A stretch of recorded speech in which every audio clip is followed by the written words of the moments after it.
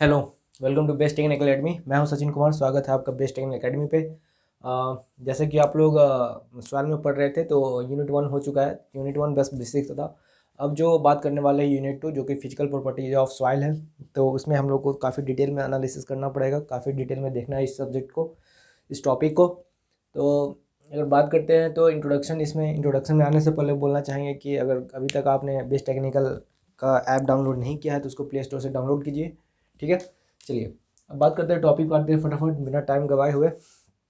Introduction की अगर बात करें तो सबसे पहले इसमें है क्या, तो सबसे पहले समझते हैं कि soil is essentially made up of solid particle से बना होता है। किससे बना है?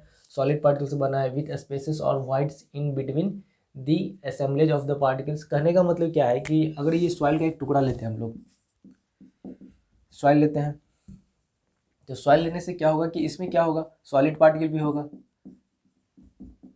सॉलिड पार्टिकल भी होगा।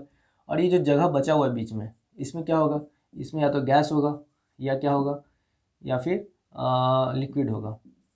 ठीक है, तो कोई भी सॉइल का टुकड़ा पड़ा है, कोई सॉइल पड़ा हो तो उसमें क्या होगा, सॉलिड हो सकता है, लिक्विड हो सकता है, या फिर उसमें गैस भी हो सकता है। तो इसी पार्ट को हम आगे कंटिन्यू करेंगे। तो अगर कोई भी सवाल है तो उसको हम लोग कैसे दिखा सकते हैं, तो उसको 3 फेज सिस्टम में या फिर 2 फेज में सिस्टम में उसको हम लोग दिखा सकते हैं।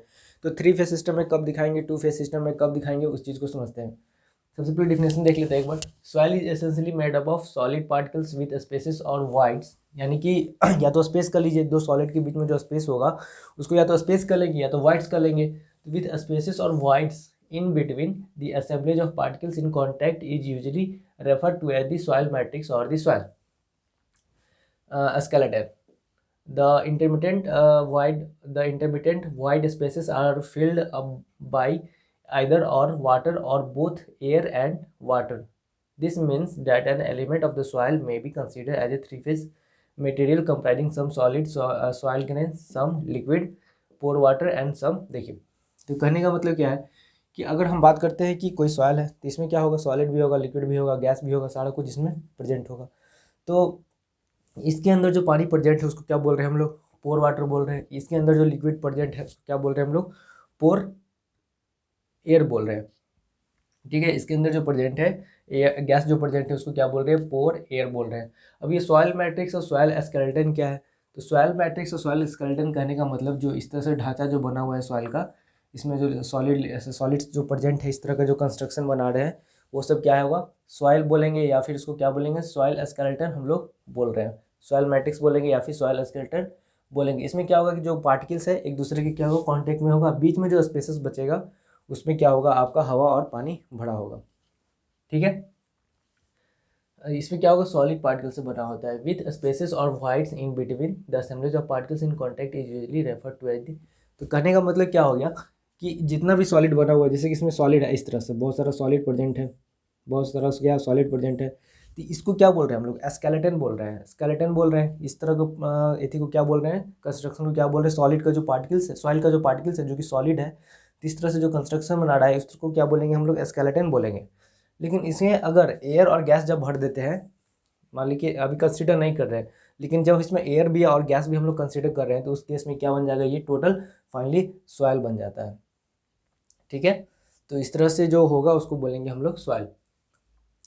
अब फेज डायग्राम की बात करते हैं, तो फेज डायग्राम को ही हम लोग क्या कहते हैं, ब्लॉक डायग्राम। कुछ नहीं है, जो सॉइल है उसी को बस इस टर्म में रिप्रेजेंट करना ताकि हम लोग एनालिसिस करने में आसान हो जाए, तो उसी को क्या बोलते हैं, फेज डायग्राम, या फिर इसको ब्लॉक डायग्राम भी बोल सकते हैं। तो किए क्या है, हम लोग कुछ एक्स्ट्रा नहीं किए हैं, बस इसमें पानी होगा तो पानी वाला पार्ट हम लोग दिखा दिए हैं। ठीक है, पानी वाला पार्ट हम लोग दिखा दिए। इसमें गैस होगा तो गैस वाला पार्ट हम दिखा दिए। इसमें सॉलिड होगा तो सॉलिड वाला पार्ट भी हम लोग इसमें क्या किए हैं, दिखा दिए। इस तरह से सारा कुछ इसमें हम लोग क्या किए हैं, दिखा दिए। तो इसी सॉइल को इस तरह से प्रेजेंट करना ही क्या है, फेज डायग्राम है। इसमें 3 फेज डायग्राम क्यों बोल रहे हैं इसको हम लोग, क्योंकि इसमें 1 फेज, 2 फेज, 3 फेज।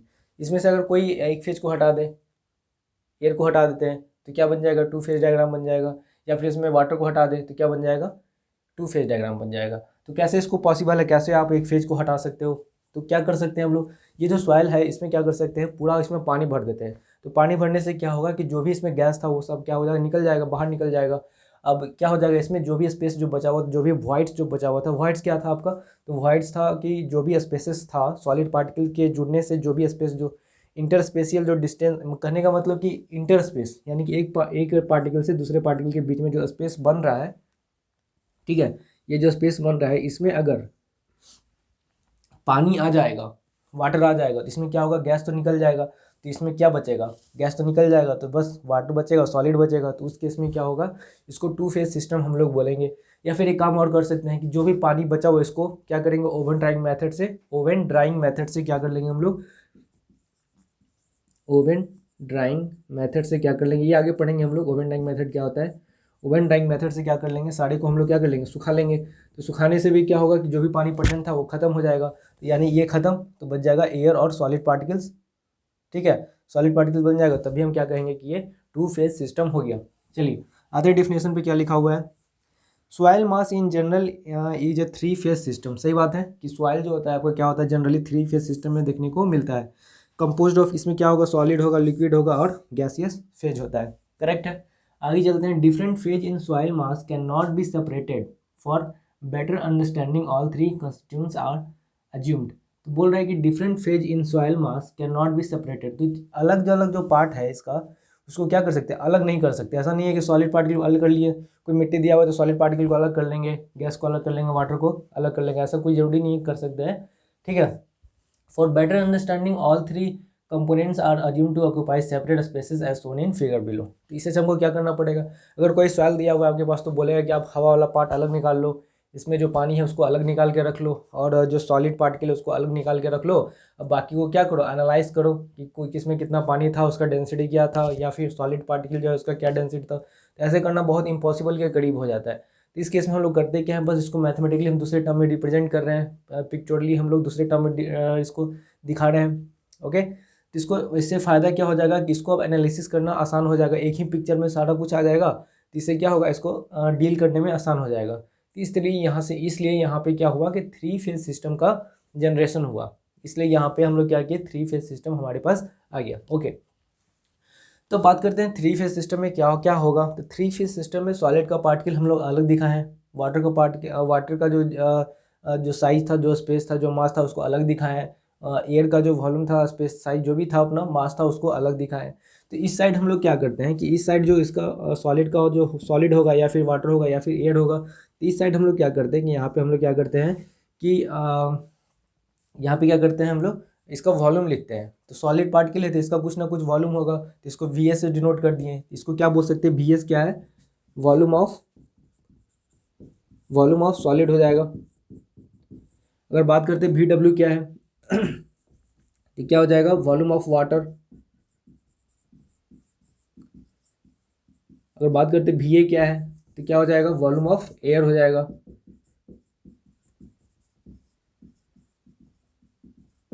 ठीक है। उसी तरह से यहाँ पे डब्ल्यू एस क्या होगा, weight of solid.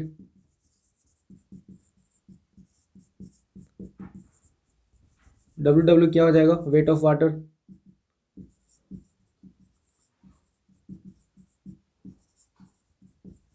W A क्या हो जाएगा, वेट ऑफ एयर। इस तरह से हम उसको क्या कर सकते हैं, डिनोट कर सकते हैं। चलिए, तो यहाँ तक समझ में आ गया, हो गया। जो भी जो सॉइल था उसका क्या किया हम लोग, तीन भाग में हम लोग बांट लिए हैं, सॉलिड को अलग, लिक्विड को अलग और गैस को अलग अलग हम लोग क्या किए, बांट लिए हैं। इस तरह से इसको हमको क्या कर सकते हैं, थ्री फेज डायग्राम में इसको क्या कर सकते हैं हम लोग, रिप्रेजेंट कर सकते हैं। The three phase diagram is applicable for a partial saturated 0 to 1 के बीच में होगा। तो बोल रहा है कि आप थ्री फेज को आप क्या कर सकते हो, तभी रिप्रेजेंट कर सकते हो जब जो सेचुरेशन का जो लेवल होगा 0 से 1 के बीच में होगा। ऐसा क्यों, अगर सेचुरेशन अगर 0 से 1 के बीच में, तभी ऐसा क्यों होगा, अगर 1 हो जाता है तो क्या दिक्कत होगा, 0 हो जाएगा सेचुरेशन तो क्या दिक्कत है। इसको इस तरह से नहीं लिख सकते हम लोग, ऐसा नहीं लिख सकते, इक्वल टू नहीं लिख सकते। क्यों, ऐसा कर देंगे अगर सेचुरेशन 1 के इक्वल हो जाएगा तो उस केस में क्या हो जाएगा, तो उस केस में एयर खत्म हो जाएगा ना, पूरा पानी से भर जाएगा, 100% सेचुरेशन हो जाएगा। तो उस केस में हम क्या बोलेंगे, इसको टू फेज सिस्टम बोलेंगे। या फिर अगर सेचुरेशन खत्म हो गया, 0 हो गया, तो 0 हो गया मतलब कहने का मतलब क्या हो गया कि वाटर खत्म हो गया वहाँ पे, तो उस केस में भी क्या बच जाएगा, 2 फेज सिस्टम बच जाएगा। इसलिए कहते हैं कि हम लोग 3 फेज सिस्टम जब भी कहेंगे जब जो सेचुरेशन का जो लेवल होगा 0 से 1 के बीच में होगा। ओके, तो चलिए आते हैं कुछ बेसिक सा डिफिनेशन देखते हैं। उससे पहले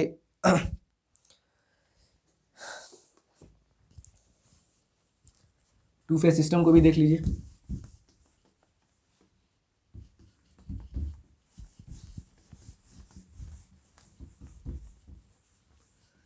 तो 2 फेज सिस्टम में क्या होगा, इसमें एक तो सॉलिड तो कंपलसरी है कि रहेगा, लेकिन इसमें या तो वाटर होगा या फिर क्या होगा, गैस प्रेजेंट होगा, दोनों में से कोई एक ही प्रेजेंट होगा। तो इस तरह का जो डायग्राम होगा उसको बोलेंगे 2 फेज डायग्राम।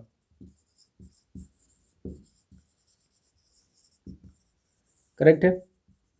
चलिए, तो इसमें इसको डिनोट कर सकते हैं VS से, वॉल्यूम ऑफ सॉलिड। इसको क्या डिनोट कर सकते हैं, वॉल्यूम ऑफ वाटर या फिर वॉल्यूम ऑफ एयर भी लिख सकते हैं। इसको लिख सकते हैं हम लोग वॉल्यूम ऑफ वाटर या फिर वॉल्यूम ऑफ एयर लिख सकते हैं। इसको volume sorry weight of solid लिख सकते हैं इस तरह से। सही है। ओके, चलिए यहाँ तक तो क्लियर है।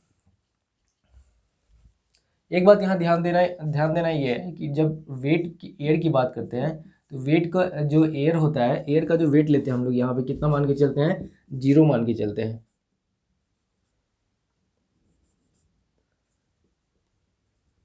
ठीक है, क्या मान के चलते हैं, वेट ऑफ एयर जो मान के चलते हैं हम लोग 0 मान के चलते हैं। ऐसा क्यों, ऐसा करने से ऐसा तो इसलिए कर सकते हैं ताकि क्या हो, उसका डेंसिटी काफ़ी कम होता है, एयर का डेंसिटी क्या होता है, काफ़ी कम होता है, इसलिए हम उसको 0 मान के चलते हैं ताकि कैलकुलेशन पर्पस में और आसानी हो जाए। चलिए आते हैं नेक्स्ट स्लाइड पे और हम लोग कुछ कुछ इसका डेफिनेशन देखते हैं, बेसिक डेफिनेशन क्या होता है उसको समझते हैं।